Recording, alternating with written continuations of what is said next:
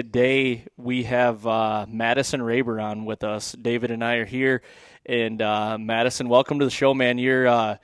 I can't wait to get into this story. We know some Cliff Notes versions, like you and I talked Yep. earlier. In the previous episodes, is like we don't want to know everything. We just want to know. Give us some high points, and so we can kind of go off that. Yeah, So yeah, because it comes off so much better when we can actually hear it firsthand from you, Yeah. and then we're getting bouncing ideas off of more of the story, more questions, and then the listeners are Mhm. getting more out of it too. yeah. So Yeah. Madison, welcome to the show, man. Thank you for Yeah. coming on and doing this. Thanks for having me. I'm looking forward to it, and I enjoy. I love talking about deer, so Yeah, Good deal, yeah. man. First and foremost, man, you got some great looking deer in the background there. appreciate it. Yeah, yeah. Actually, the deer right here is going to come into play into this story. Perfect. With chasing deer 4 years, but yeah, I guess where did you want to start? So I want to start, who you are, where you come Okay. from, and Mhm. basically what you do is just kind of give us that elevator pitch of who you are, and then we'll get right into the story. Okay. Yeah, so I'm Madison Raber, and I'm up here in Northeast Ohio. The property that I've been hunting is down. I hunt mainly southeastern Ohio. I'm in the forestry industry, and that's kind of how I came across this property. And actually was doing the logging on the property. I since then do consulting for properties now, but at the time was just doing subcontract, and that's kind of how I got a hold of the piece. So. Okay. So when you were doing some forestry projects on that property, Mhm. when basically at some point you seeing something, the buck sign or sheds or anything on that property that you were like, yep, Yeah, I need to go knock on a door here. yeah, it was, I've literally walked hundreds and hundreds of properties across Ohio, and the very first day I walk into this piece, I walk back the field and walk down over the hill and see the buck that I chased for 4 years later. No, And what time of year was this? this was November 9th. Oh, okay, And okay, it was prime in the swing of things. And I walked in, and like I said, I've seen so many different properties that, you can pretty quick tell what property is going to hold deer, just the way it lays and different things like that. And I like walked into this property, and I'm like, man, this property is something special. And right after that is when I started seeing these deer. It was a buck chasing a doe, and yeah, he was a stud. Dude, so nice. you've got to see a lot of timber. Yeah, So you've got to see a lot of habitat, and Yep.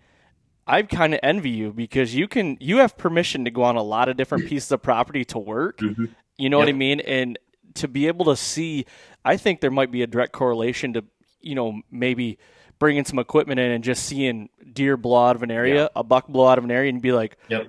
like, why is he in Oh yeah. there? Yeah. Like, what is he yeah. doing there? And Yep. and that is invaluable, I Oh, think. yeah. I Yeah. mean, especially when you're spending as much time out in the woods just Oh, for your day job like you yeah. are, and there has to be a time when once you start doing it enough where you start, you see what the key things are on each property, and there was probably something on this particular property about this deer that we're going to talk about today that looking back that you're like, yes, this property had everything it needed to be able to hold an animal like Yeah. that. For sure. So, Yeah. Go ahead. well, being a forester, are you the guy on the ground going around cutting trees down with a chainsaw, or like what is So your gig? at that point, we had, at that point, the mill had purchased the timber, and we were just doing the subcontract of the cutting. So at that point, I mean, I know literally every square inch of that property just from, literally cutting, Oh man. every square inch of it, Yeah. knowing where all the trees are at. Currently, what I'm doing now is I am working independently of any mills or anything like that. I'm working for the landowners that are looking to sell timber and just kind of get a management plan, whether they're looking to, manage for timber harvest in the future, or they're looking to do, more geared towards wildlife and habitat work. We can facilitate that as well. But then we actually go in and get guys in to bid on the timber, and that's, ensuring that they're not getting taken advantage of. They're getting top dollar for their timber that they're end up selling. So Awesome, man. That's really Nice. cool. Yeah. So I guess let's get into this story about this giant deer. Now I don't want to let any too many cats out of the bag right away. I mean, we're this the series says it all. It's one giant mistake. You know, the first week we talked about Ghost, and and as this one we record, we've talked about Shipwreck. Yep. You know what I mean? Two unbelievable deer. Yes. And this one is no different. Yeah. This is a giant deer that you have 4 years of history with, correct? Yep. Okay, so let's start from ground zero. The first year, first day, November 9th, you laid eyes on this deer for the first time. Was that in 2018 then? I think in 19? 19? 21, 22, yeah. 19. Okay, so 19, yep. So you put eyes on them 2019. 2019, Yeah. yep. But you were working at that time. You weren't even hunting that property, right? Exactly. Okay. So as we continued to work on this property, we continued to kind of bump into this deer occasionally. He was like I said, November 9th, I mean, it's prime rut. There was a lot of does in that area. And there was multiple times that we would, head back with equipment, and he was bedded up with the doe right along the path. And we seen him, I think, 3 times while working. And finally, I couldn't take it anymore. And I had to go to this landowner, like, man, do you mind if I hunt this? and kind of what I learned out of that was nobody had hunted this property for probably 15, 20 years. Ooh. Holy cow. So, okay, I don't want to get too far ahead. We're going to stop you on this because the questions are going now. I got a question right now. I'm going to rip it off. And so you guys are out there working. Is this like a rock, paper, scissors thing at lunch to see who gets to go ask first for hunting permission? Or are you fortunate enough for the guys you work with that whitetail hunting just isn't a thing for them? Yeah, at the time the guy I was working with, he was a whitetail hunter, and he did end up hunting it with me that first year a little bit working there. But he was also Amish, and so he didn't have a really good way of getting down there to hunt it. So okay. Yep. Okay, so that's a great question. Now, the first time you lay eyes on this deer, I mean, how big is he? What are you thinking? I mean, you pee down your leg, or like what? How did that work? Well, he wasn't a giant at the time. I guessed him, around a 140-inch 8-point. Oh, that's a big. But he had just a real big frame on him, and watching a buck like that walking through the timber, and honestly at the time I hadn't killed that big of a deer, and seeing something like that I was like, yeah, that's a pretty sizable buck. Yeah, and kind of got me fired up. Okay, so you see him for the first time. Now by the looks of the deer behind you, you don't just trip into deer like that. So I feel like you're probably a pretty serious bow hunter. So I know what I would have done when I saw that deer for the first time. I would have dropped my chainsaw. I would have said, I'm going to lunch no matter what time it is, and I'm going to find the landowner. Did you do something like that, or did you wait till 5 o'clock? Well, honestly, it was weeks of working on this property till I finally couldn't take it anymore. Because it's one thing to, it's middle of November. The amount of properties I walk to go just, bump a deer is not that uncommon. Okay. And even if it's a decent buck. But once I started continuing to see other deer even, and there was one that was even bigger than this deer that I've seen like a few times, that's what ultimately kind of got me like, okay, there's something special about this property. Sure. That got me fired up about it. So yeah. Now you said that you've seen that deer 3 times while you guys were working on that property. Mm-hmm. Now those 3 encounters while working, was that buck kind of always in the same area every time you guys were bumping them, or was he kind of all over the place? Yeah, I mean within the same area. So we were also harvesting timber on the neighbors as well. Okay. And so I seen him one time on this current property. I seen him I think twice on the other property. But they were all within the same. There's basically one big valley that runs through the back of the property, and it was all kind of concentrated on that big valley. Okay. So, okay. How long of a job was that for you guys? Was that pretty much all of November? You guys were kind of spending time in there. We moved out. I actually picked up a couple sheds yet. Okay. So it was actually March. It was a pretty big job. Oh, okay. So, yeah. Did you by chance pick up his sheds at all? Found one, yeah. Nice. That year. So you've seen him 3 times while working in 2019, and you have one of his sheds from 2019 then. Exactly. Yep. Perfect. And so then you're rolling into 2020. Well, just a second. I want to go back to 19 real quick because you said it took you a couple weeks to go ask permission. When you got permission, did you move right in that season, like late season, end of November, December, and try to start hunting him then? Yeah, so kind of, there's this balance of getting work done and wanting to hunt a little bit. So what we would Yeah. do is, that time of year had a good excuse of needing to let the equipment warm up for a while. So we'd get down there Sure. real early before daylight, start equipment up, and I would just run back to the woods. And it was not sure the date anymore. I would have to look it up, but I remember it was end of November. We got a pretty big snowstorm come through. And I did end up having one encounter while hunting him. And actually probably could have shot him looking back now, but as it was all happening and unfolding, I thought he was probably, 45, 50 yards. And after seeing him, he kind of moves off. I actually get around to ranging it and looking closer and realize he's only 30, 35 yards. Oh, wow. So So, you were going down in the morning early, turning on the skidder, and then be yep. like, "Well, I got the mobile set up, and I'm going in the timber for at least an hour." Like that's what you're doing. Yeah, I mean, it was basically just that first 30 minutes of daylight, see what's happening. And then the other guy that was working with me would bring a piece of equipment back and start. And that was kind of my sign to get my butt out of the stands. So, Okay, so this is what I like because I'm a guy like you. Now, I hunt a lot of farm ground, and a instance that I had this year was it was second week of October, a shooter buck. I was taking my daughter to school, pulling out of my driveway. I look across the road and I see one of my shooter bucks coming out of the timber, and I'm like, oh boy! And Yeah. it's a 4 acre patch of timber, and I'm like, I'm taking her to school. I'm coming back, and I'm getting in a stand because historical data shows that there's a scrape on an inside corner that second to third week of October, bucks are going to be hitting it in daylight, but you just never know when it's in daylight, but you just never know.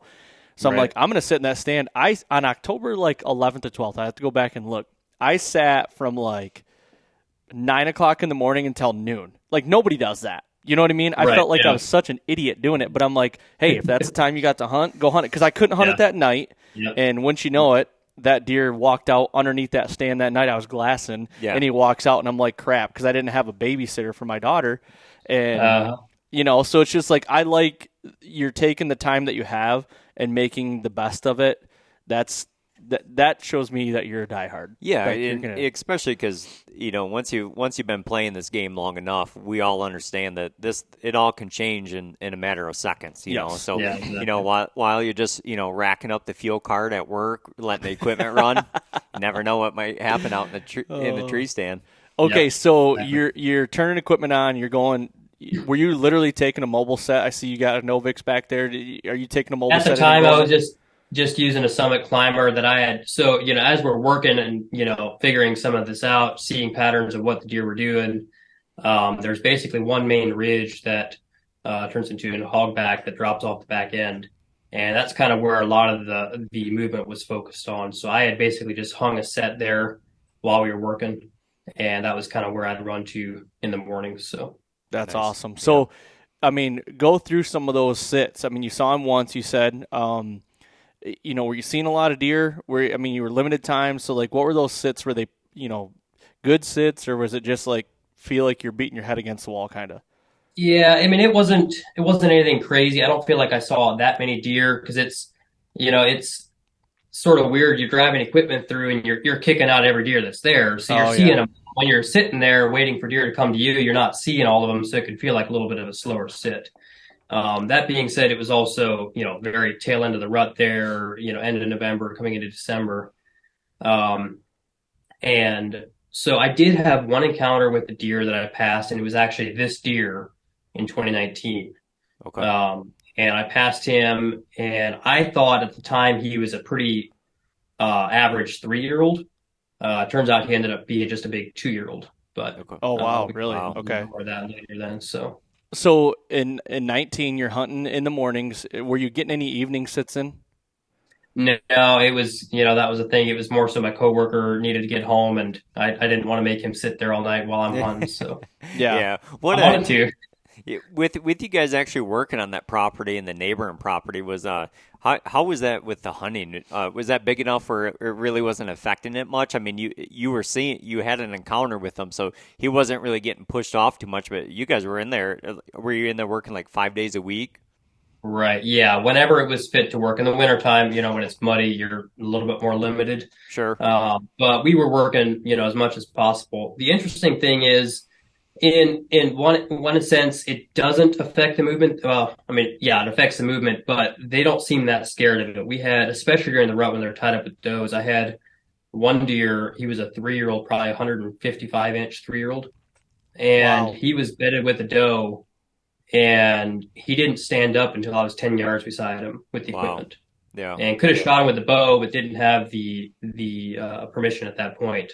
Yep. And so I just sat there and watched him walk away. Yeah. That's crazy. What you just can't help but wonder if, maybe in the beginning they feel such a change going on in there, but as time goes on, if they started in there, spent most of the fall and going into the 2020 season, that they didn't just start getting used to them guys being in there a little bit. Yeah. Right. So, 2020 or 2019 happens. You encounter this deer once. You said at 55 yards, correct? Mhm. And you Well, couldn't no, get it. I thought he was 45, 50. He ended up being like 30, 35 yards. So Okay, let's unpack that bag a little Yeah, bit. okay. So how did that play out? Like, take us through that morning and how that went. yeah, so I got in pretty early, and it was that morning that the snowstorm happened. So it had snowed. I think actually it was a Monday morning. It had snowed over the weekend, and so I get down there early Monday morning, and um, was not expecting the deer to come from this side. So I wasn't watching this area, wasn't really prepared to even hadn't ranged anything there. And all of a sudden I hear deer coming off the opposite ridge, and he came back down a hogback to a creek crossing. And right there where he crossed the creek, I did have a shooting lane that I probably could have shot, but I don't know what it was about the angle or how high it was. It just looked like a lot further off than what it really was. Man, so I mean, what are you thinking at that? You got to be like jumping out of your skin, like the excited, like big encounter. This would have been your biggest buck at the time. Yeah, like I that's a can big imagine. thing. Yeah. Yeah. Yeah, I was jacked. I mean, I went back and I'm like, dude, I had him at 35 yards. And like, yeah, and we're both seeing this deer. We're both kind of fired up and whatnot, but it was what it was. So Yeah. Tell me this. That day when you were working, was there a minute that went by that you weren't thinking about that encounter all day? Because I know I would have been just a Oh, yeah, shit dude. shit worker at my job that day. Yeah. No, this entire time I was working on this job was a disaster. I mean, if it wasn't, seeing deer because I could hunt it, it was turning into shed season and we're looking for sheds. I mean, trust me, we had a difficult time working on this job.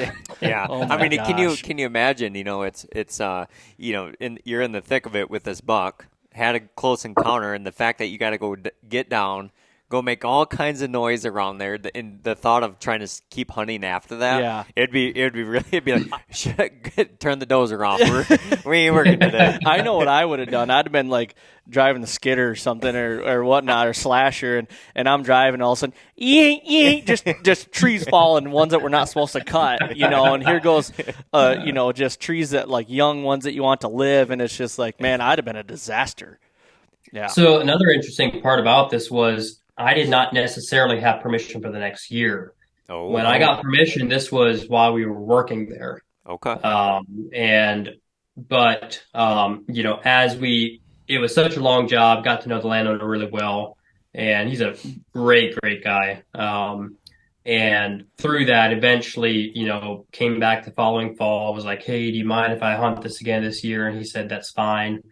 And actually, hopefully here in a couple of years, I'll be able to purchase the property. So Ooh, Oh, look at okay. you! All Look right. at you! All right. So how big is this farm?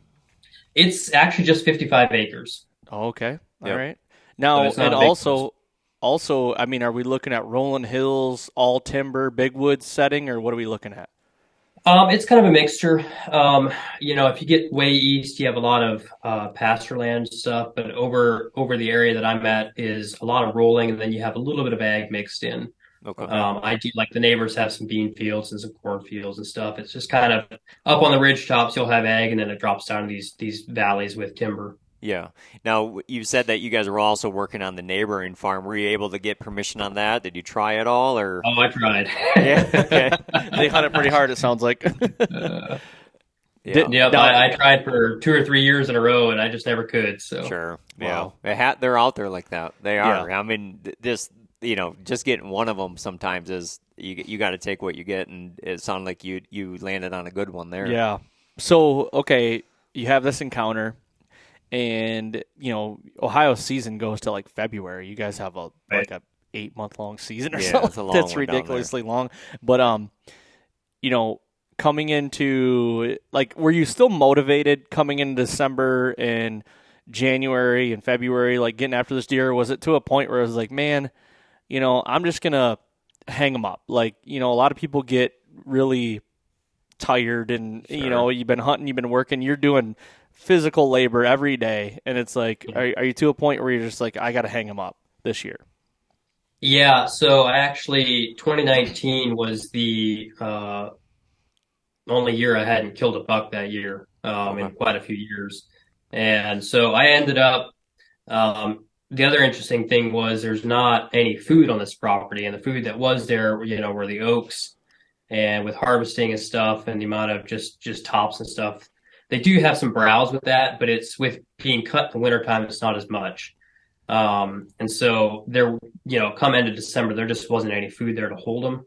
Sure. There was some cover, obviously, and I ended up finding a few sheds in the areas that we cut out, but not many. Okay. So eventually, kind of after that second rut phase kind of faded out, I kind of quit hunting down there. So for the Yep. year.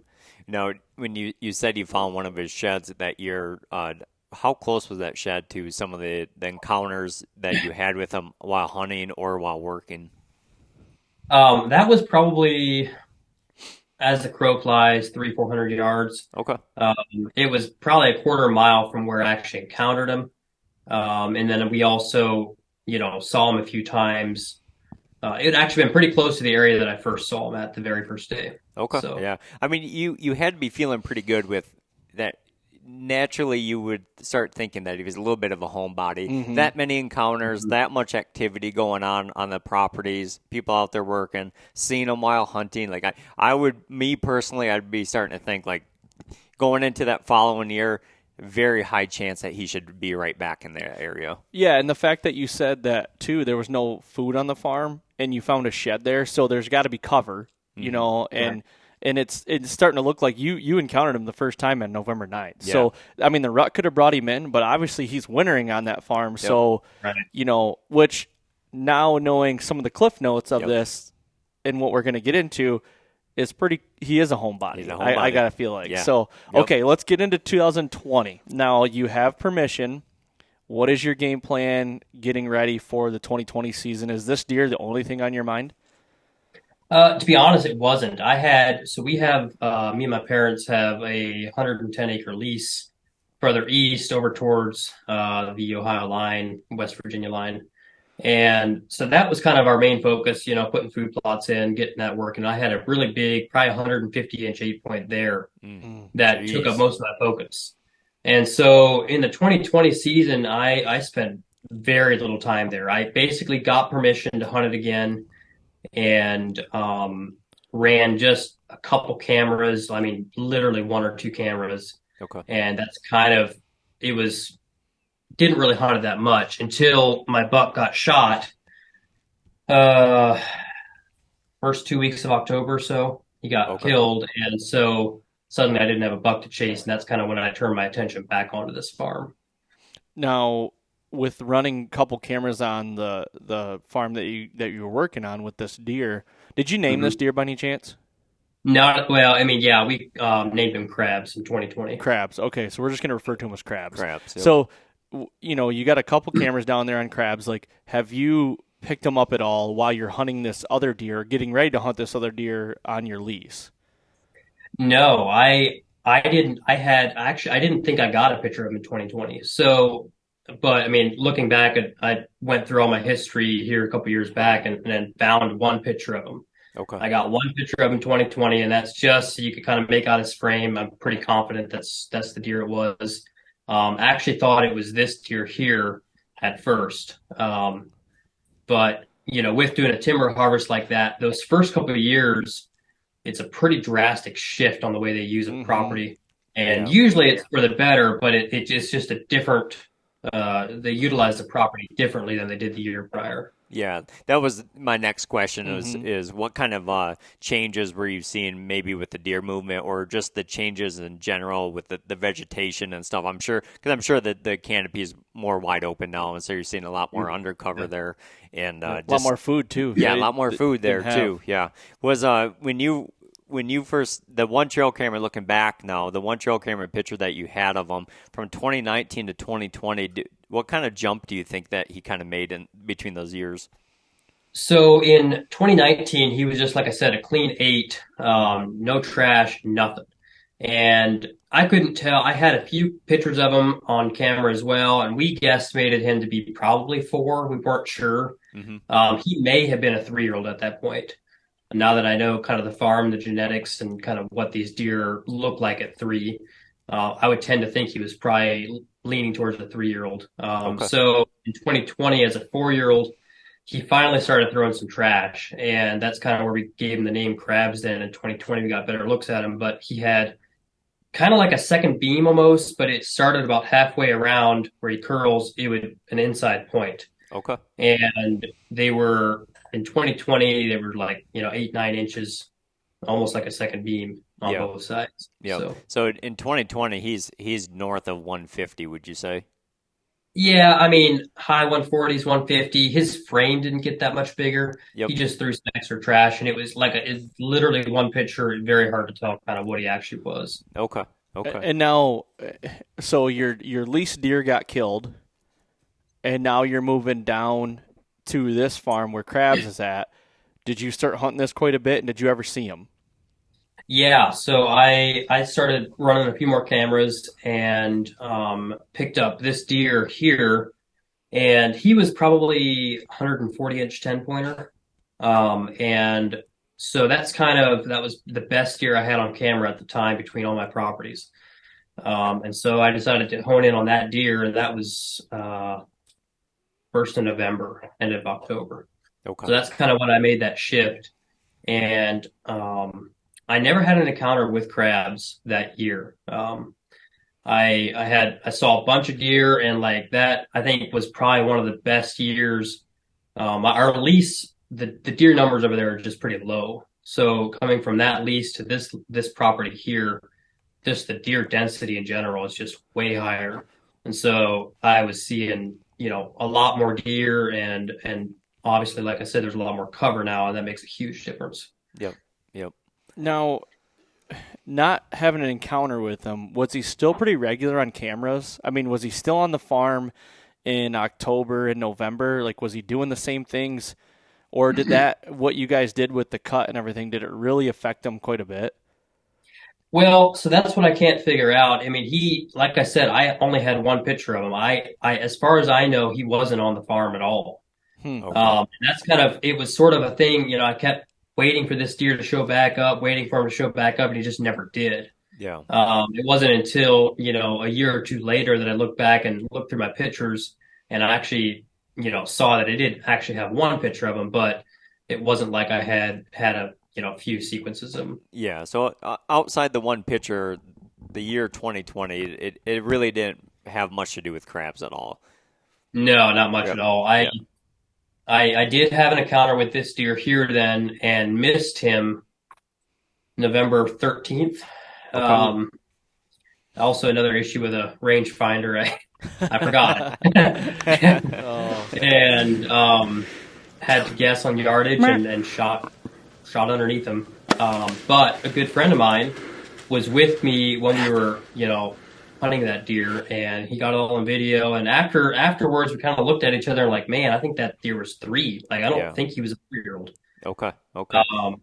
And so, yeah, that's kind of at that point, not seeing crabs, my mind was like, okay, this deer here is the focus now on this farm. That was what I was like going into the 2021 season. That was a deer I had on my mind. Okay. So no sheds of them though in 2020 at all. No, no. Okay. Okay. so he was a ghost. He moved. He Yeah. left. Yep. Yep. So rolling in. So now we're rolling into the 2021 season.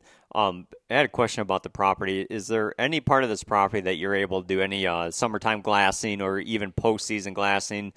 Maybe see what bucks have survived or what bucks are going to be around for that summer. There's quite a few bean fields in the area down there, and as you know, a lot of the deer are usually a couple of miles from their fall range. Hmm. Um, when I finally put out cameras on this property in the summertime, there's nothing there in the summer. It's just too thick. Okay. So we did do some glassing the last couple of years, but I never saw that deer at all. Okay. All right. So why don't you take us right into the fall of 21 and any trail camera pictures, any of the hunts, the dates of any encounters or anything like that you Well, had? and also too, like, did you ever think about him? Were you like No, I after mean, you got him, after he was gone in 2020 and you missed that deer behind you? Was it like, well, Krabs is gone? Yeah. Because a lot of people write, I would have wrote him off. Yeah. I would have been like, well, he could show up, and if he does, great. But it wouldn't have been on the forefront of my mind. exactly. Yeah. Is that Yeah, how it was for you? that's exactly how it was. I mean, I honestly forgot he existed. I mean, I would, going through pictures, I'd always like, make sure, if I see a new deer, hey, is that deer? Or there was one deer that, I thought was possibly Crabs that I actually saw the day that I missed this deer that, I thought was possibly him, but ended up being a different deer because I have history with that deer as well now. Yeah. So yeah, it was kind of out of sight, out of mind, didn't think about it much, and just was focused completely on this deer. Yeah. Um, You have to sometimes question the longer you play this game. It's almost like there's these age gaps in whitetails that they almost just kind of disappear from the face of the earth for like a year. You know what I mean? 'Cause Yeah. as much as like naturally when I first hear this story, that very first year when we talk about being a homebody, I mean like you couldn't push this thing off the property. No. You know what I mean? So Yeah. naturally you'd be like, he's going to be right back here the next year. So when he doesn't show up in 2020, you instantly think, okay, did he get hit by a car? Did he get poached? Did he something natural causes, or did he just move off? And I don't know, like some properties are different, some regions are different, but there's almost like this age sometimes. Maybe it's 3, maybe it's 4. Every area could be different, but it's almost like sometimes they just find a hole to hide in for an entire year before they show back up again. Well, and honestly, too, like to go a little bit further on that is like, the first year you had him, you saw him a lot in the rut. So now in 2020, you get one picture of him and then nothing. So then in 21, I'd start to be thinking like, well, maybe the rut brought him in. Yeah. Maybe like a hot doe did, Right. and maybe he doesn't live here. So I guess Crabs is off the table. Yeah. That's maybe somehow I would have thought it too. I guess do you actually remember the date of the one single picture you had in 2020? It was like the 27th, 28th of October, right tail end of October. Okay, yeah. So rut, maybe a hot doe brings him back Yep. in, he's Could in be. his rut loop, maybe. Yeah. You know what I mean? If So- you're starting to put the puzzle together with what you know, kind of, never really being part of that early season in 2019, with the information you have in 2019, the one single puzzle piece you have in 2020, going forward, you have to start thinking like maybe it's a rut to late season. Yep. Maybe the late season was just a coincidence in 19. Maybe you're just focusing on the rut Sure. moving forward. Yep. Okay, so 2021. I mean, what do we got coming into September and October? We got pictures of him. I mean, is he back or what's the deal? Yeah, so kind of going into 2021, I'm kind of had a really good year as far as just sightings of deer, mature deer, just realizing how good of a property it actually is. I start, door knocking on some of the neighbors, get to know the area a little bit better, and find out that the piece to the north of me is 600 acres of private that nobody hunts and nobody can. I have tried multiple times to get onto that property as well, and that's just not happening. But kind of my feeling was, okay, well that kind of makes sense that maybe this deer moved into an area there that was just completely unpressured. And he's not having to deal with that intrusion. And honestly, I do feel like the logging had a part of possibly why he wasn't there as much the next year. Sure. Just being a mature deer and such a change to the landscape may have bumped him out for a little bit. And I have a reason for that a little bit later on in the story. But what's your cut that you guys did 2 years prior? What's it looked like now? so we had done again, I was just doing the subcontract, so I didn't have a say in how it gets cut, unfortunately. And the mill had purchased it at like a pretty hard cut. Okay. So they had done an 18-inch pointed cut, which, sounds pretty big. But I mean, it's basically 55 acres of bedding now.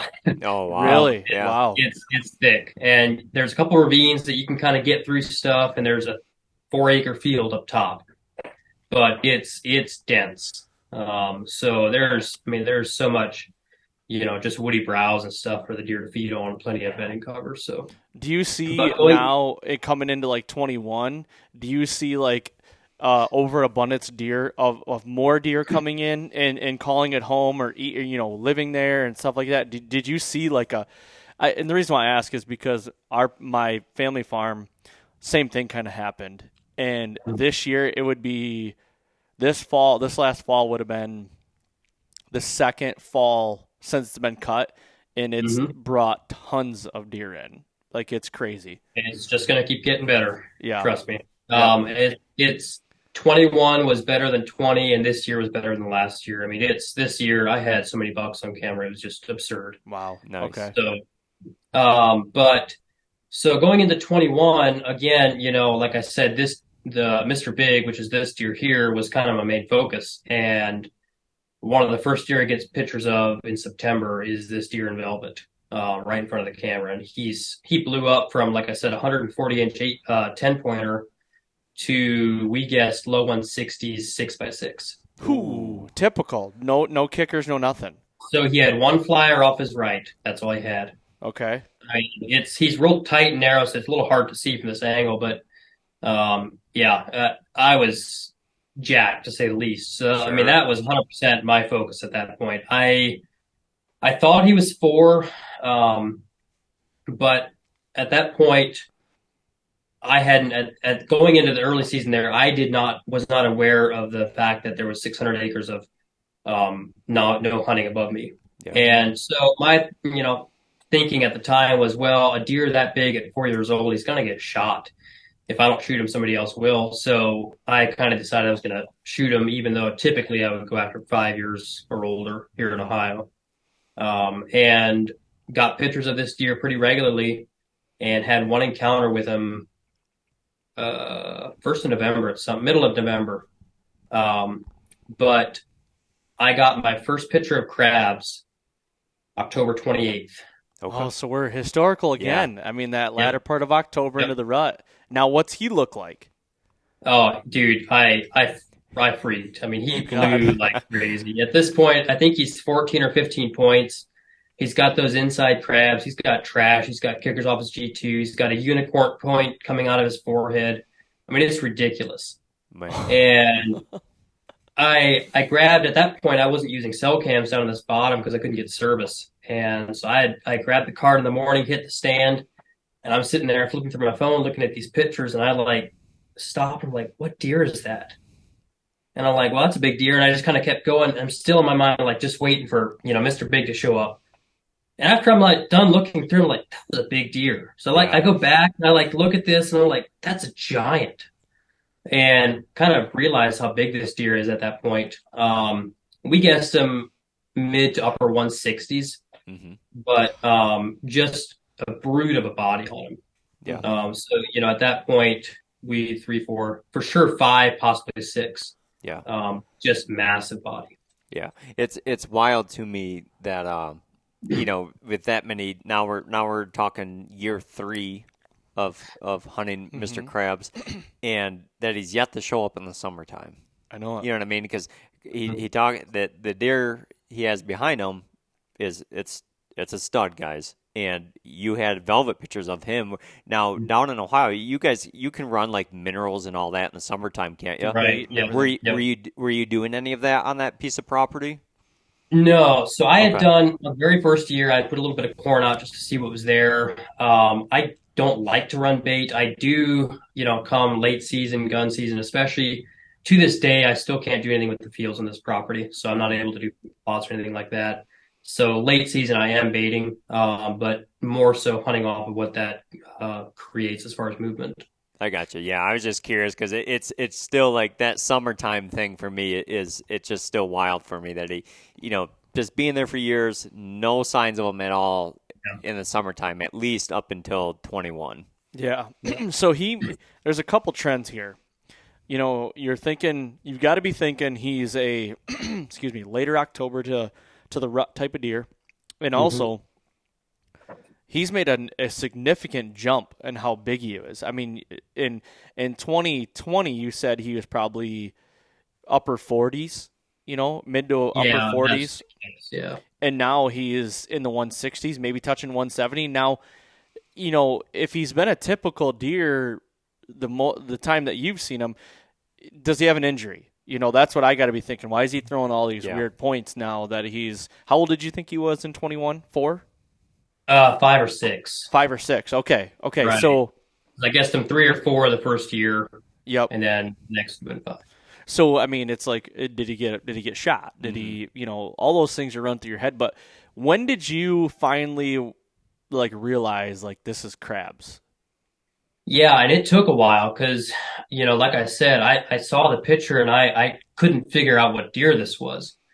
And I tried to piece it together for a couple of weeks, actually, until I got some more pictures of him and kind of got a better look at him. And he's still just that mainframe 8-pointer. His frame is a lot bigger, but it's got the same just structure as far as beams, his tines. They're all very similar. It's just he's just got a bigger frame.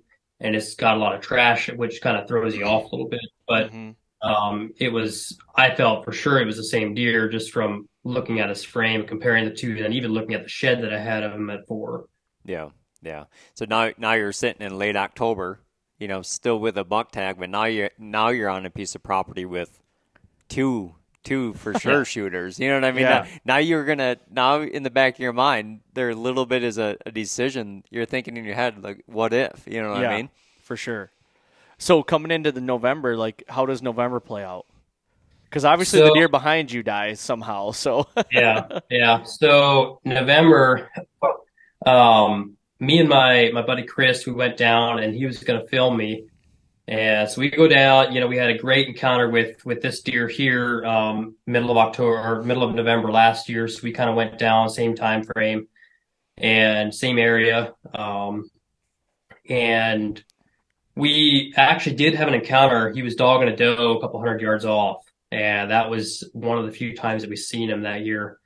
But that morning we get into the stand and we just kind of had a hanging hunt. He had a Novix with him, and he went up first and was putting his hang on in. Mine was already there, but he was just adding another one for the camera. And he's up there and he just stops. And it's getting daylight. And I'm like, dude, I'm like, what's going on here? Come on, get this stand hung. Let's get up here. Let's go. Right. And he just freezes, doesn't move. And I almost kind of yelled at him a little bit. It was like, hey, get it going. And I didn't. I just held still. I didn't hear nothing. It was kind of a wet morning, and finally kind of goes back to his thing and kind of get up in the stand. I'm like, what was that all about? He's like, dude, you didn't hear that deer walk right underneath us? I'm like, no. He's like, dude, I think it was 25 yards. I'm like, well, he kind of told me where he was coming from and stuff. And at that point I had a cell cam there. And so at the base of the tree, I didn't have service, but when we finally got up in the tree, I was able to get a little bit of service, and I got a notification. And here crabs had walked 25 yards underneath us. 20 minutes before daylight. Gosh. And you're on the ground. You were on the ground, right? Yeah. I mean, I'm 20 yards from this deer on the ground. Ooh. Yeah.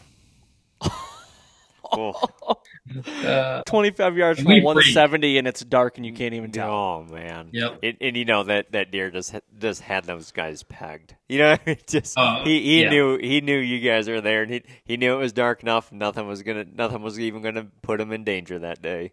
Yep. Oh my gosh! So you get that notification up in the tree, you got to be like, what the heck, right? Yeah. I mean, what are you thinking then?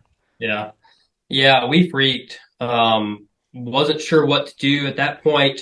It was a little bit of a delay till we got the picture, probably 20 minutes. Mm-hmm. And so at that point, we kind of know where he's at. He's up on Hogback.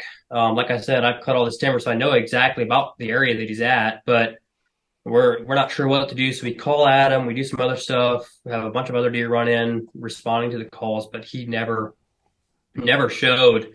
And I will say at this point, I kind of view this property as there's basically 10 acres in the back that I mentioned that kind of come down into this valley.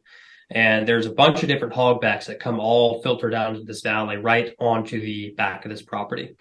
And so it's a major rut funnel, and the rut action in that area is just incredible.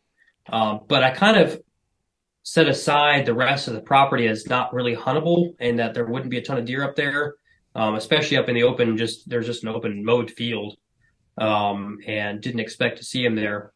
That evening, as I'm getting out, we didn't have an encounter with that deer, but that evening, as I'm getting out, there's a deer that crossed the road up on my truck, and there's an oncoming vehicle that basically just stops and watches this deer cross.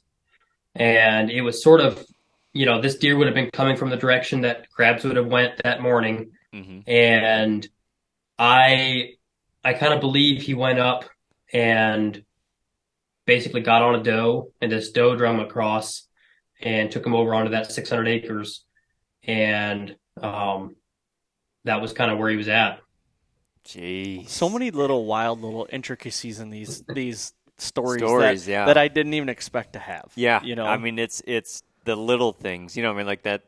Just your gut tells you what that car was looking at. Oh, you know what I mean? Yeah. And if you trying to get the gun out the window. I was waiting for a shot. Trust me. What do they call those mirrors on the trucks? The sporting mirrors. You can put your gun right on them. Just the gun rest. Oh gosh. Yeah. So that 600 acres to the north that you've talked about, that's separated by a road then? Well, part of it is there's basically 300 on either side. The one side butts up against us, the other side is on the other side of the road. So Yep. So after that, I then began to move some cameras around, and we're getting a little more aggressive. Right. Trying to figure out, okay, well, what's this deer doing? Because he came out of the center of the property. And I'm kind of like, well, maybe he's betting on me and I'm just completely unaware of this. And so, like I said, I started moving some cameras around, and then ended up catching him a day or two later, coming exactly where he came from, where he crossed the road. He comes back in right into our timber. Okay. So that kind of made me pretty confident that was actually the deer that did cross that evening. Yeah, very, very likely went up there and spent some time with the doe and maybe possibly bred her, and he's headed back now. Yeah, he went to the brothel. Now he's going back. He's done. Well, that was the story of this deer. He did this continually. He would come in, find a doe, take her across, and be gone for 2-3 days. Then he'd come back. I mean, it was just on a cycle, and so I kind of got to the point to where I was just hunting him when I knew he was in there. But ultimately never had an encounter with him the rest of the season. Wow. Now tell me this, did you ever have an instance where you caught him on camera or saw him do that again with a doe, and then you were like, well, it's a 2 to 3 day cycle. Sure. I'm gonna wait. Like I'm gonna go in with a surgical strike. Yep. And go in maybe on that second or third day, or did you just kind of keep hunting them? Well, I mean, that's kind of what I was trying to do, but ultimately, I was still using 2 cameras on this property. I'm moving 2-3 cameras around trying to figure out what he's doing, and you can only cover so much with that. Oh, yeah.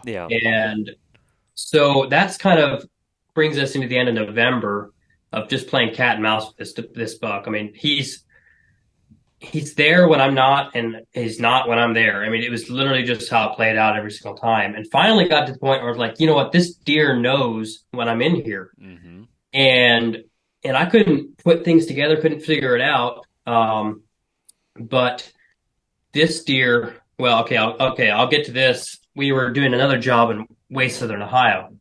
And so it's gun season. And at this point, I'd put some corn out to try and draw some of these deer in. And to kind of give you an idea of how smart this Crabs buck was, he came in and he came across the ridge in daylight. I never got daylight pictures of this deer, ever. Really? He comes across, never had seen the corn before. He hits the corn, he sees it. I literally get a sequence of pictures of him tailwinding it, running away. Because he's like, he sees corn and it's daylight, and he's freaking out. Yeah. 3 hours later, after dark, he comes back and eats for half an hour. Yeah. In like Those wily yeah. bastards.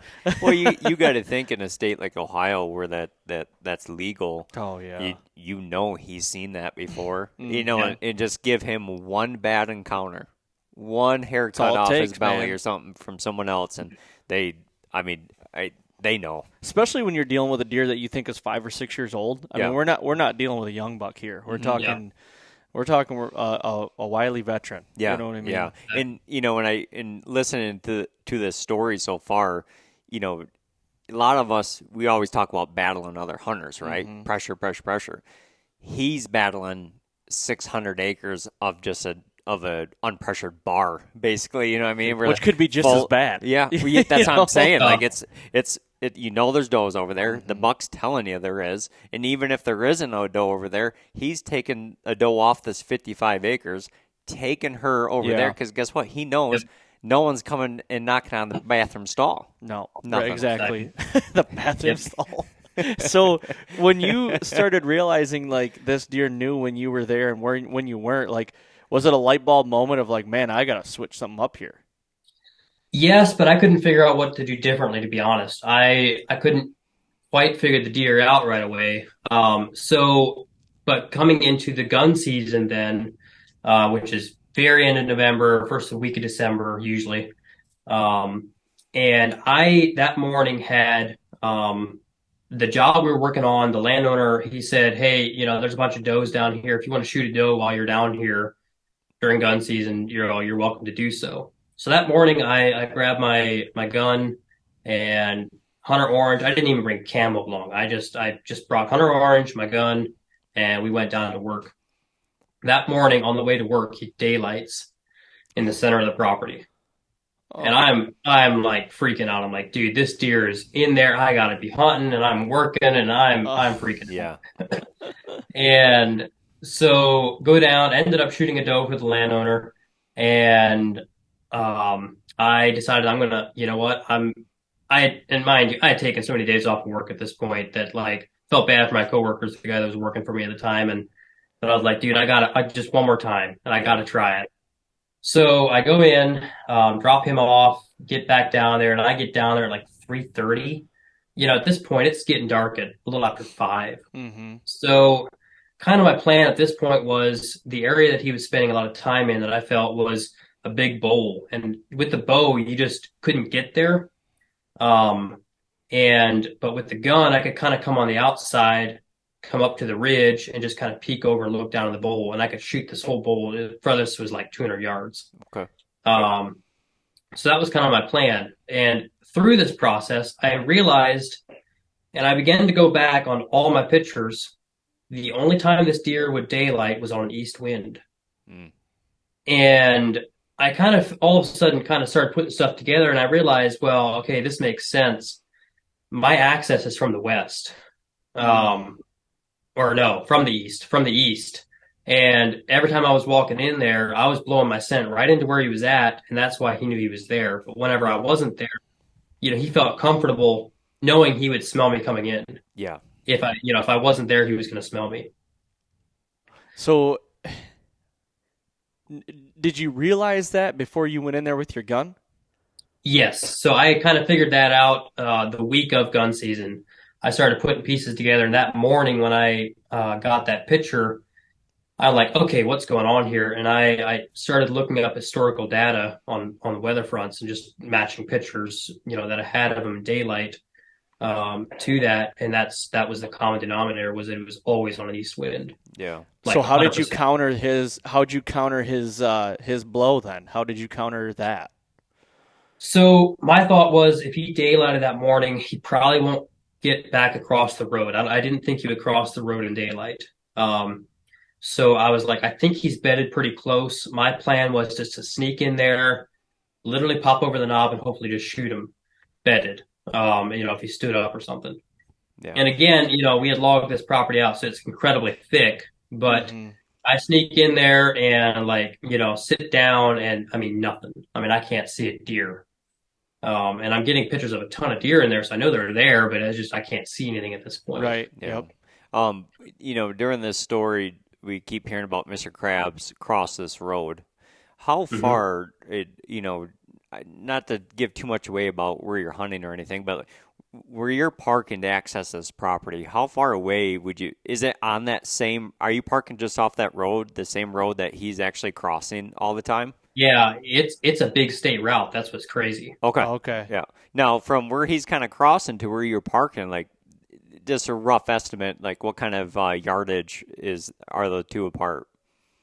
From the area that he's bedding or spending a lot of the time, kind of where I'm parking by the road is probably 400 yards, I guess. Okay. 500. Yep. Okay. And it's pretty hilly, right? Like you said. Yeah, I mean there's some that's terrain. up there. It's a flat top, but Okay. yeah, it drops down in these valleys and ravines. Okay. Yep.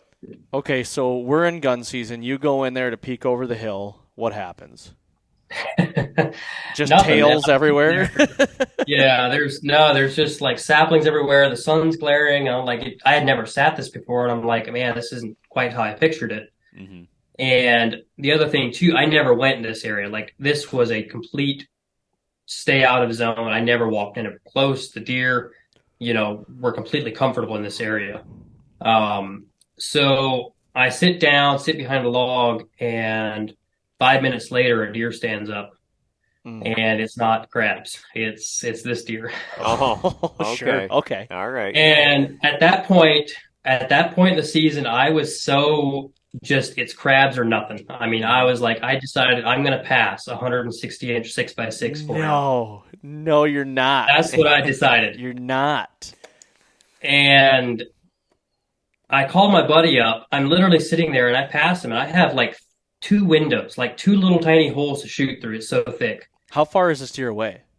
75 yards. He stands up 75 yards away. I mean, he's right there. I could hit my lob wedge that far and hit him. I mean, come on. Yeah, exactly. Yeah. And I literally call my buddy up, and I'm like, bro, Mr. Big's standing 75 yards in front of me. What should I do? And he's like, dude, if you do not shoot that deer, you have lost your mind. You should have been like, right, yeah, I'll call you back. No, I left him on the phone, and I'm like, okay, I'll see what I can do here. So I adjusted a little bit, and I laid up on him, and I shot, and I'm like, well, he's dead. I tell you, I'll give you credit because when I see that deer behind you there, like I'm not even like taking. There's the time. No question. Yeah, I'm not gonna. Well, I'm not even gonna take the time to see like, okay, is that Mr. Krabs or is that the other buck? Like he's big. I mean, he's gonna roll. Dude, you're a better guy than I am. I mean, that deer. Whew. Well, and at this point too, I kind of realized, well, a lot of these deer are advancing to the next age class. If I'm not shooting them, most of the neighbors are not. Yep. And that was kind of the only thing that kind of kept me. It was like, well, he made such a big jump this year. What could he be the next year? Yeah. I honestly believe he could have been, 180, 190. I mean, that's the type of deer he was. Yeah. So you shoot this deer and does Krabs like stand upright from the gun? Thank God, no. I think I would have lost it. Just starts yelling at his friend for the bad advice. Damn you! Yeah.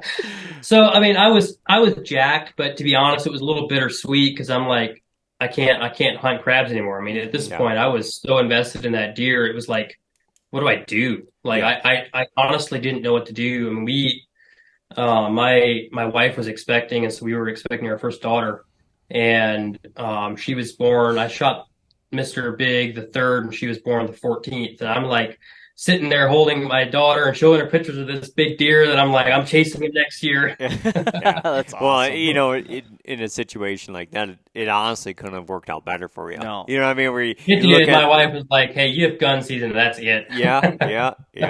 You knew the circumstance. Been there. Oh, yeah. Been there. Yeah. So you shoot Mr. Big and you have your daughter. So season's probably over for you, right? I mean...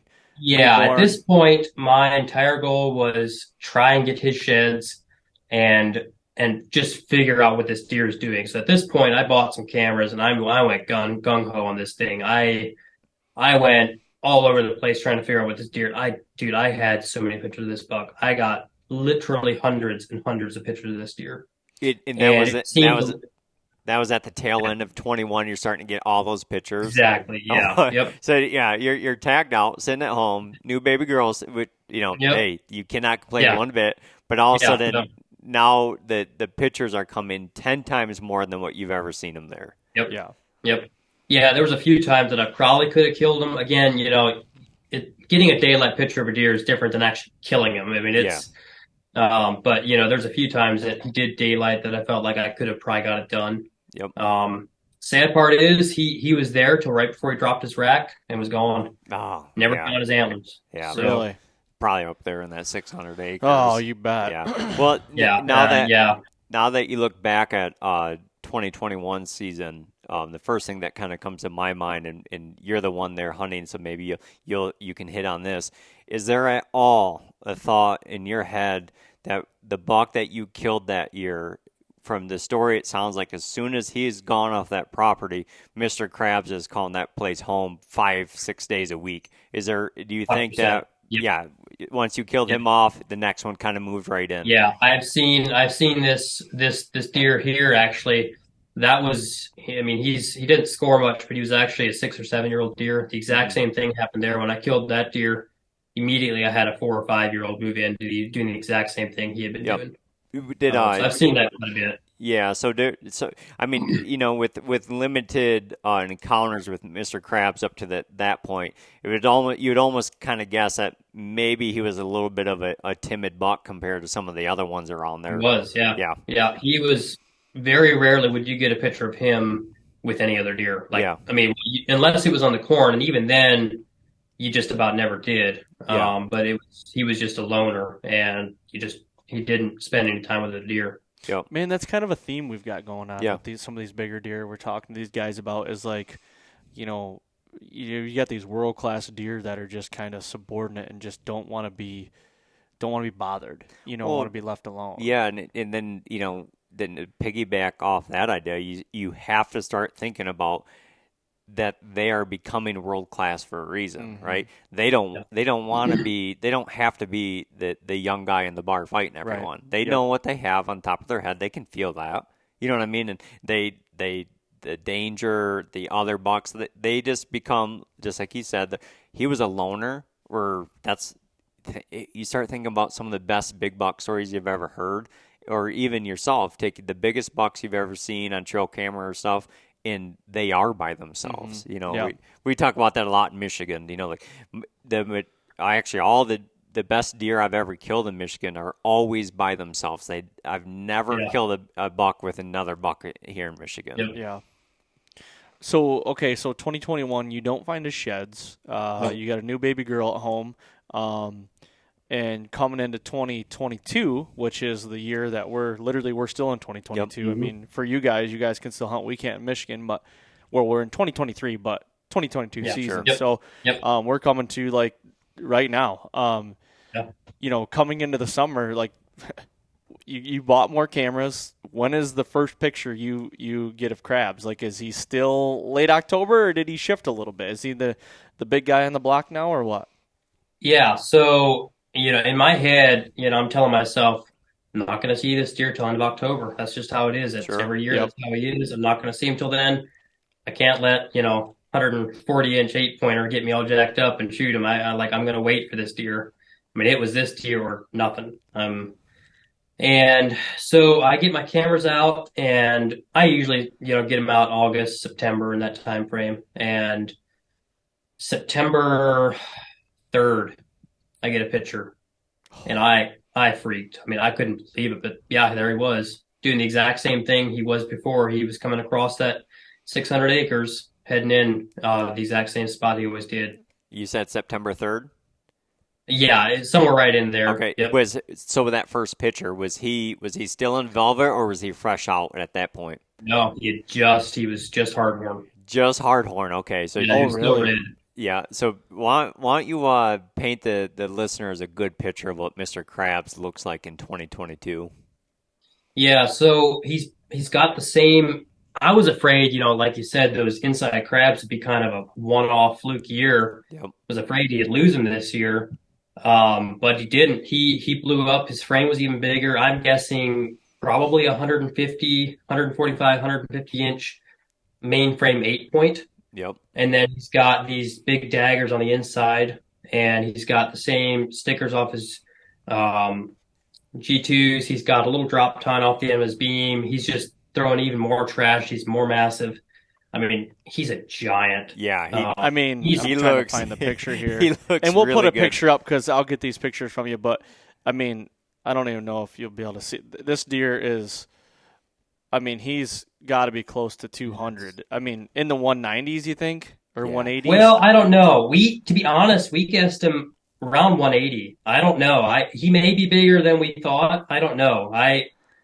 I'll send you some more pictures, and maybe you can, maybe he looks bigger in that picture than others. But I'll send you some others. and Okay, you can kind of- we'll say modestly he's in the 180s, but Yeah. I think he's knocking on 90. Well, I'm gonna go out on this limb because I've been doing this for a lot of years, and I can see what's going on in that picture. That's a high hung trail camera, correct? Makes him look smaller. Yeah. Yep. And what when you're hanging those trail cameras high, and it's what I do with all my sets. And that nighttime IR, that black and white picture, I think, in my opinion, it's almost, I would say, 10 to 12, maybe even 15 inches off. Like it never does the buck justice, But Yeah. when I see that picture, the first thing that I see is don't overlook the mass on that left side because that mass looks real good on that left side. He's big. Yeah. So- going into that though, this is the earliest Mr. Krabs you've ever had an encounter or even a picture of. It's early September, and all of a sudden, like the property that he doesn't show up till October, he's there here. now. Yeah, and I would almost take that as like, okay, he's King Dingaling now. You know what I mean? He's going to take over this farm, and it's his. Yeah. I mean, I'm for sure guessing he's probably the biggest buck on that piece that year. But were there a lot of other bucks around, or not so much? No, I had a few 3-4-year-olds, but that was the only deer that even crossed my mind that I would consider killing. It was, obviously that was the one I wanted, but there wasn't even another deer at that point. Yep. There was a deer in 21, the end of the year. He was 150-inch 10 point. That was in the back of my mind. He didn't show up until end of January that year. Okay. Found one of the sheds.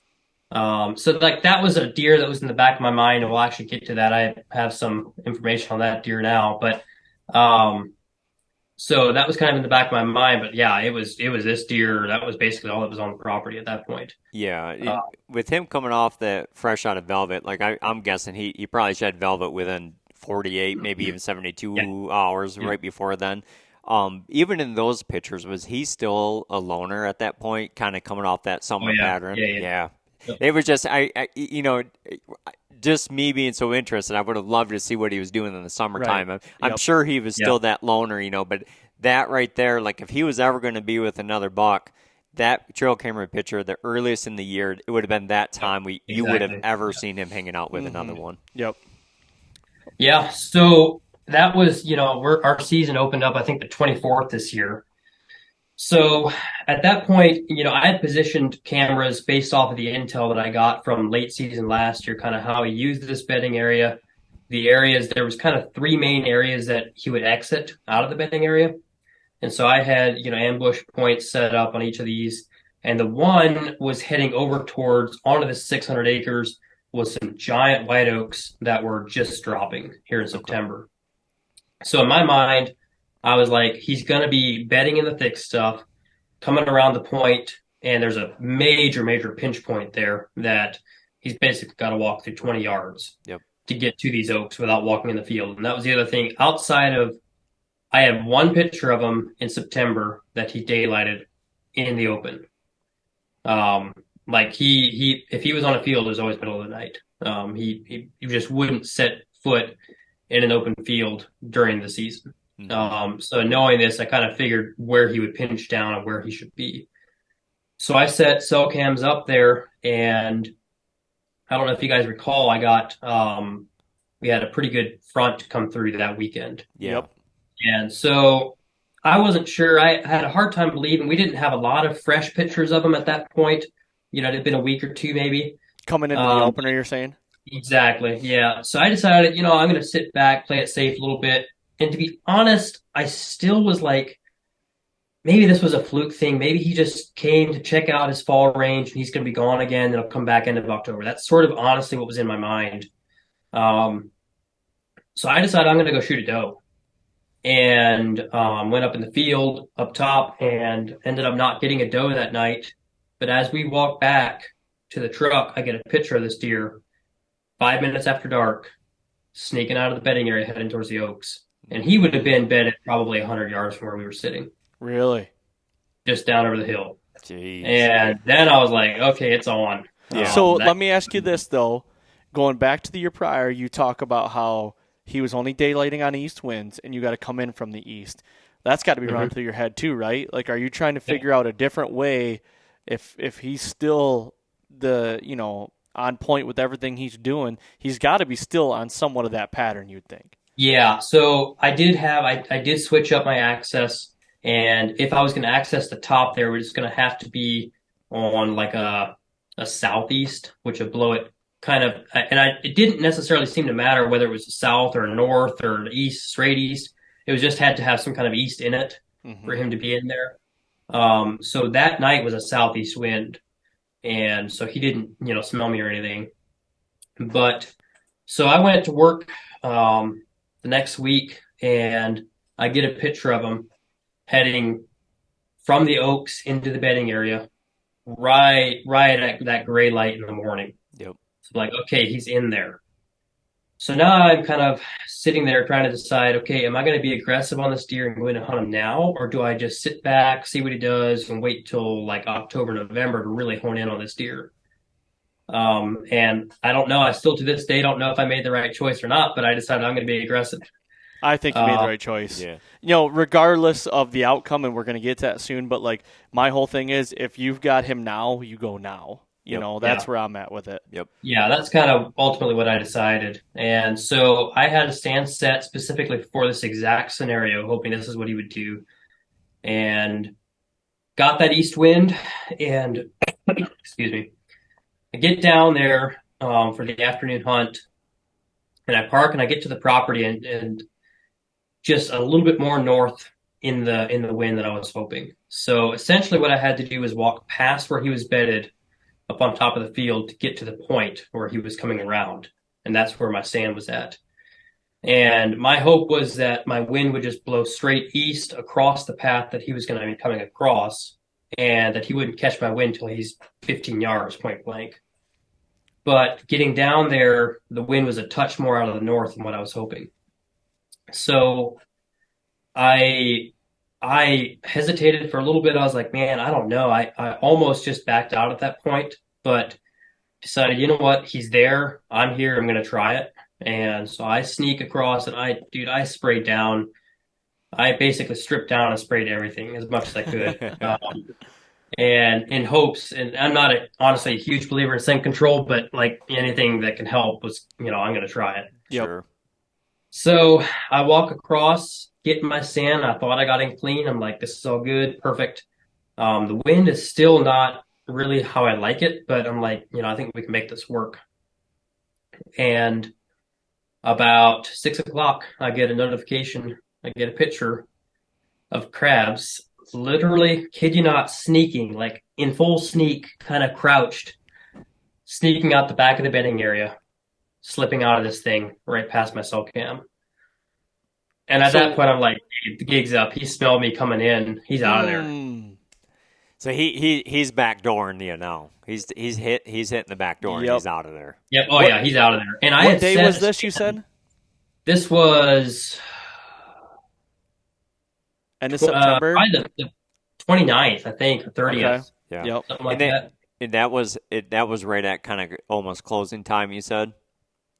No, I mean it didn't get dark till like 7:30. That's what was crazy. It was early. What time? Do you kind of remember about what time it was? I was just curious because what time? 6 o'clock. 6 o'clock. Yeah, I was Which just curious. was about an hour after I got in. Yeah, I was just curious if you started getting that thermal drop in the evening, if that just that little bit of off wind, then where you're playing disaster with the wind, but you're good. But as soon as you get that thermal drop, if that Right. having that bowl down there like that just off there, that's Well, just enough advantage. And I was on the opposite side of the hog back, and I was figuring I wouldn't have a problem, but ultimately didn't work out. Yeah. So I just packed up and left. I mean, at that point, it was 6 o'clock. I had an hour and a half left, and I'm like, he's gone. I'm not even going to bother sitting. And I wasn't sure what was going to happen. I'm like, man, I may have really messed up here. He may be gone. I might not see him for a month. And kid you not, 3 days later, the exact same thing. He comes in the exact same path, same wind, same conditions, and beds down on that bowl. And at this point is when I kind of decided I'm going to get aggressive with this deer. And at this point, I've hunted this deer essentially for 4 years, had so few encounters, and like he seemingly has to have the odds in his favor for him to feel like he's going to move in daylight. Mm-hmm.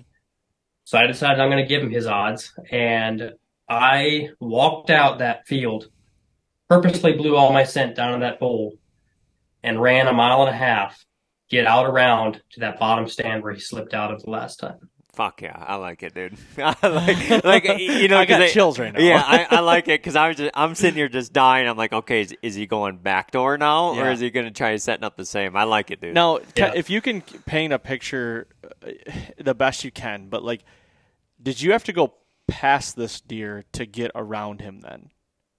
No, so I was able to get back, head out to the truck, drive down the road a little bit, and I have complete opposite entrance. It's from the same direction, but it's down, I don't know, a quarter mile. So it's completely different area, and didn't have to worry about it. He was on the other side of the hill. Okay. I was just afraid if I decided to sit the back door that night, I knew he was just going to go out on the oak flat because there wasn't anything to push him that way. But if I sat on the oak flat, he would just go out the bottom. Mm-hmm. And so I gave him, what I thought was his wind and what he needed, and ran around. So I get set up, and dude, I'm jacked. I'm like, this is going to happen. I'm jacked right now, dude. Like, we're here. We're with it. Like if we were. He walked. Last time he would have walked 10 yards underneath this tree stand. And I hung this set specifically for this deer just off of historical data from October, November. And so I'm sitting there, and a little bit into the hunt, I have a few does come up from the bottom, and they head up the logging road exactly where I thought he was going to come down. And I don't know, something about that. I'm like, he's not going to walk down this road. I don't know. It just didn't feel right at that point. But the evening it felt the conditions were same. I believed he was in there. I thought he surely smelled me. He's going to do something. And it wasn't 10 minutes later. He did. He came, that hog back that he went up when he walked underneath us in dark when we were setting up. He tried to sneak around that hog back, and he was completely relaxed. It wasn't like he was tail up or like freaking out. It was just like, that person's up there, I'm going this way. Mm-hmm. And he comes out into the opening, and at this point, he's 55 yards. And I had ranged this spot, and I've been shooting this. I was shooting 60, 70 yards all summer. It was very, very comfortable shooting long range. And I realized he's not going to come closer. He's going to sneak around this hog back and head off onto the 600 acres, and that's going to be it. And he stops, quartering away, wide open. And I sit there, I'm like, do I take this shot? And I decided I was going to try it. I might get crap for that, I don't know. But no. I decided I was going to try it at 55 yards, and I felt very comfortable with that. And it took my time. He was relaxed, laid up on him, and shot. And my arrow went a foot over his back. Oh. It's the heartbreak. And I was just like, what just happened? Yeah. I sat there in just complete disbelief as to what just happened. And ultimately kind of what I figured out was the tree I was in, with doing such a hard harvest, there wasn't very many good trees to be in as far as cover. So I was limited on my tree selection. And so I was pretty high up. I was probably 30 foot up in this tree. And then on top of that, I was up on a bank yet from where he was at. So he was down below you even more. Exactly. Yeah. And I practiced this shot, for close range, 20, 30 yards, compensating for that angle, knowing I was probably going to take that shot at some point, and had kind of figured that out. But for some reason thought once you get out to 55 yards, it probably doesn't matter at that point. And it does. I could have probably held for 40 yards. Sure. And be fine. Man, I'm not going to give you flack because I've shot 2 deer at 54 yards, and Okay. one from a tree stand, one from the ground. And man, if you're gonna practice that, by all means do it, because you know what can happen at 10 or 20 yards? The same thing. Yeah. Something can go wrong at no matter what distance it is. And some people are gonna say, well, yeah, you're shooting like your higher percentage of missing or screwing up is the farther you get out. I get it, but Yeah. dude, if you feel it, now, if it's a person that's just like gonna show up and just rip it Right. at some and not practice. I mean, I religiously practice at 60 and in because that's kind of my threshold. Like when you get 60 yards, I mean, 60 yards is a poke. I mean, and for sure. a lot can happen. You got to be on top of your game. You got to know your equipment, and if you do, man, by all means, take that shot. You know, when, like you said, when you're practicing like that and you feel confident with it, dude, we're hunters. You know, and how many? I mean, we're talking about a 4-year story. The opportunity came once. Yeah. You know what I mean? So if you've been practicing and you feel confident with it, you're a hunter. You got to take your opportunities when you have them sometimes. Yep, for sure. Yeah. Okay, so you winged one. Yeah. Right across the bow. And he bounds off and has no clue what happened. He's just like, he stands there and was like, what the world was that? And I think it almost kind of cracks me up. I think, it's like he thought he was totally fine. He knew where the danger was, and out of nowhere, the stick is flying at him. Yeah. And he kind of just hangs around for a little bit, eventually just sort of works off. He never busted, never did anything weird. And that was the last I saw him. After that, he kind of, I didn't realize it, but he shifted further to the south where he was bedded. And I didn't catch on to that. And that was the way I was accessing. So I was still getting pictures of him in his normal area, but it was, nighttime pictures. And essentially what ended up happening with me bumping him on the north side that often, I think eventually he just basically moved down to the neighbors a couple hundred yards to the south. And I ended up bumping him going in one morning, end of October. Okay. And I didn't see the deer, pretty positive it was him. I had cameras there. He was using that, I realized later. And it was a giant deer. You could just, it sounded like a cow when he was hopping off. Yeah, I'm sure. Big mature buck like that. And right about then, the neighbors to the south started logging. Unrelated to, any of our companies or anything like that, but they were getting their timber harvested. And I got one picture of him November 2nd, and that was it. It's been MIA since then? Yeah, he's gone.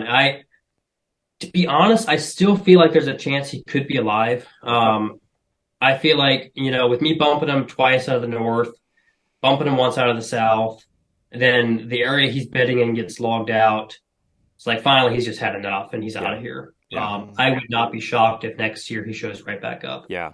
I'm not banking on that, but that could easily happen. Sure. Well, I'll tell you what, man. I would tell this to the best of my friends or even any of my family that hunts. And there's a lot of people that would probably argue with this, but this is something I firmly believe in, is even though you didn't connect and kill Mr. Krabs that day, I still count everything you did that day as a win in 100%. my book. Like you for one, this is early October, a time when he's never been there, but the entire playbook that you took to put yourself into position that day, the arrow just didn't hit its mark. Outside of that, you did everything correct up until then. Right. So, dude, that's still a win in my book. 100%. Yeah, like for you to put in the moment, and we talk about the tunnel vision when you're in season, it's like, right now out of season, we're thinking very clearly. It's like, I want to do this, this, and this, and this. Yep. But when you get in season, it's here. Yep. And it's you very rarely can step back and think about it.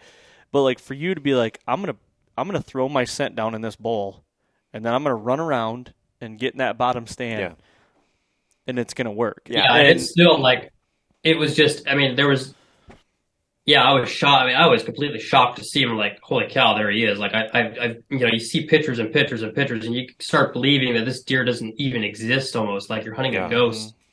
And when all of a sudden he's standing in front of you, it just like it's something else. Yeah.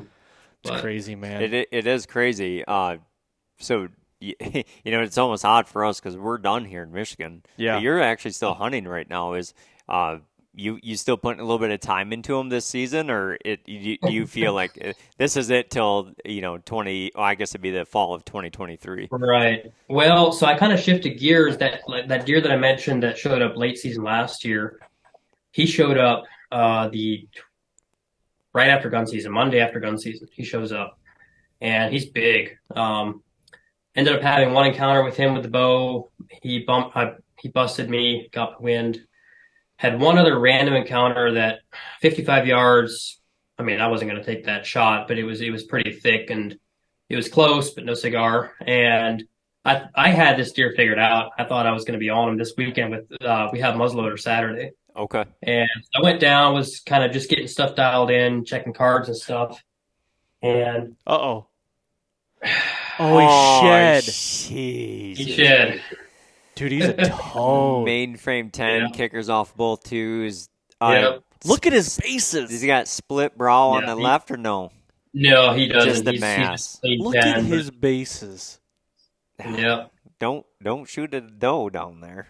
No, Yeah, nobody don't I'm hunt done. down there. Jeez. I was after that. I'm like, you know what? I wasn't meant to kill a buck this year. So I mean that. Oh what's my that, gosh. What's that deer look like to you? $160? Yeah, that deer's yeah, he's 160 right at all 160. day. I just scored him right before we went on. I found him here at 2:00 this afternoon. So Wow. Oh, you found him today. Like, yeah, Today? Oh, today at jeez. 2:00. Yep. Let's go. Let's go. I mean, we're recording this on January 4th, so he shed within the last couple days, Yeah. probably. Wait, you Yeah, can't so I did get a picture. This is a second. I had another good 4-year-old, 140-inch 4-year-old that shed both sides 2 weeks ago, and then this deer, I had pictures of him Thursday, and then I had pictures of a blockhead, but he was pretty run down from the rut. So without his antlers, he looked like a younger deer, Yeah. and so I just kind of passed it off as being another deer that shed.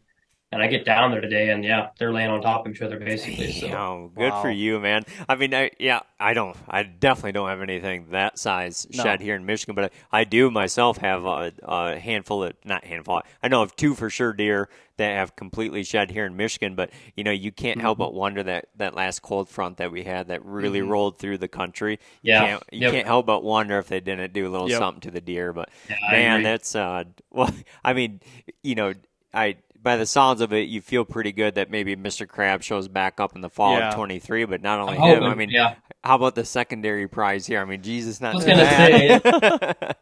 Sad part about it is, it's like, do you really pass up a good deer in November to hopefully wait for, yeah, sure, he's probably going to be 170 next year, but like, do you actually wait? Do you pass a 150-inch deer to wait on, 170 in December or January and hope that he shows up? Yeah. I don't know. Well, It's tough. Yeah, and during this conversation, now what I'm thinking about is, is this property like kind of, like a one mature buck type of property? Like Crabs is gone, like this deer shows up. Well, what does that affect if Crabs is still around next summer and this deer's now in there? Like, what kind of situation right. we have? Yep. It's so interesting. You know what I mean? Like So interesting. that's why I always love talking to guys that I ask, why or what if or why did they do this? Because those are the guys that care so much about this. But Right. those questions always keep burning in our minds, and keeps us wondering, and it keeps us awake at night.